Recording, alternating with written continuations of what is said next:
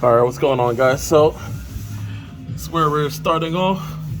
We're underneath the BMW at the back, dealing with the differential. So this thing's a little worn out. You can see this thing leaking right here, coming through the seals. We actually replaced this one when we first got the engine started and tried to move it. This thing started spinning and we realized that this thing was broken. Hopefully these axles can hand up. Hopefully the drive shaft can hand up because we're going to an LSD. I already pulled off the bolts for the drive shaft right here. So that side is loose. This axle's loose already.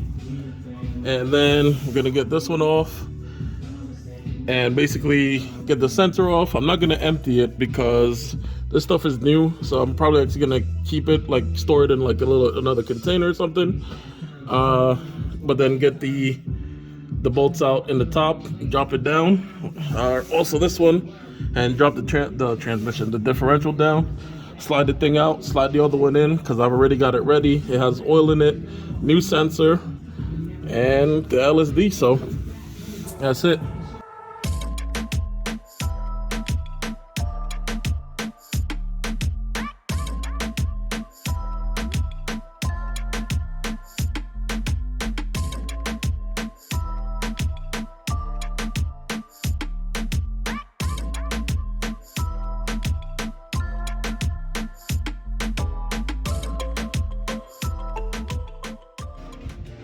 All right, so here I have the LSD. This thing came out of a 318, like an E30 or something like that, a coupe.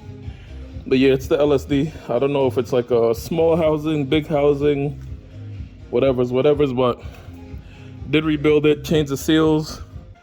So going off of everything we had here, this is the new one. This is the one that was in it, but it was slightly damaged. And then this was another one we had laying around. So it being the round pins, I thought that's what all these would have been. All right, so as I was just double checking everything and I was getting ready to slide this thing up, I noticed that the little hubs here for the axles were a little different. So one, these are a little smaller. As you can see, the circumference. So that one's a little smaller, which also means that the splines are a little smaller, which I realized that means that on the end of the axles, those little cups would not fit into here. And also, obviously, these are smaller threads. So what I did was just pop that piece out, throw it into here, and it actually went in pretty smoothly. So I'm just gonna knock out this one and swap these two so I could get this thing in. Got the diff in. Still gotta tighten out this bolt right here, which is still pretty close. After that, I'm gonna pop the axles back up and in and zip tie this out the way because, like I said, this thing has a spade type of pin, and the new one has like a bullet pin connector. So I'm gonna have to replace this and bring the car down. Unfortunately, we won't be doing a burnout tonight.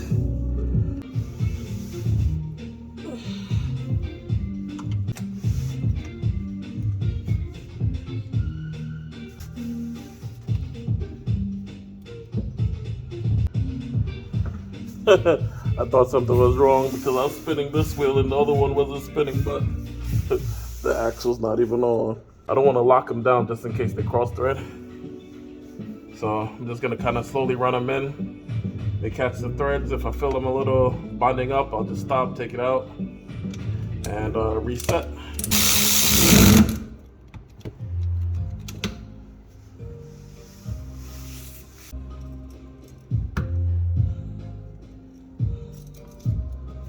All right, I have to take a small little intermission. Two of these bolts started cross threading, so I had to just pull all of them out, put them in the die, chase the threads, clean up the bolt holes in this flange, and now we're moving smoothly.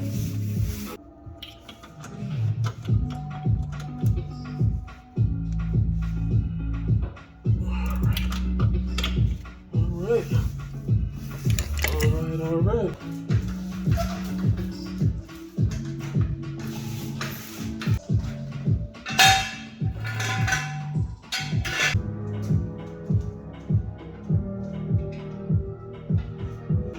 I don't think driving this car right now is just going to prove anything other than the differential is actually still working.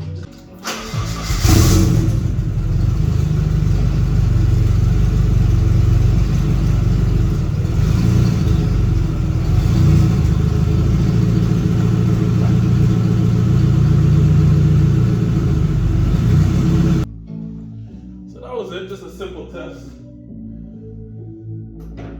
Make sure this thing is actually still rolling. We're just gonna have to take it out tomorrow.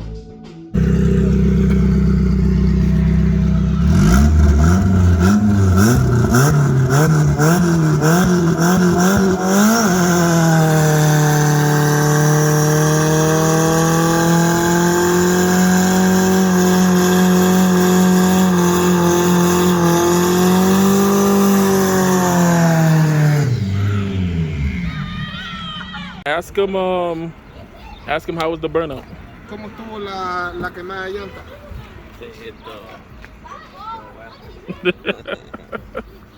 Hey, hey, where you been? ¿Dónde?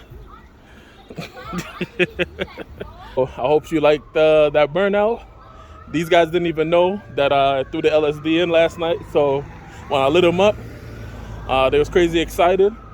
And also, I only revved that thing up to like 5,500 RPM, and the limit is like almost 9, let's call it like 86, 88. So that thing got a lot of potential to do like some crazy burnouts. So I hope you guys enjoyed this little video, a little put together. You know, like, share, subscribe, man.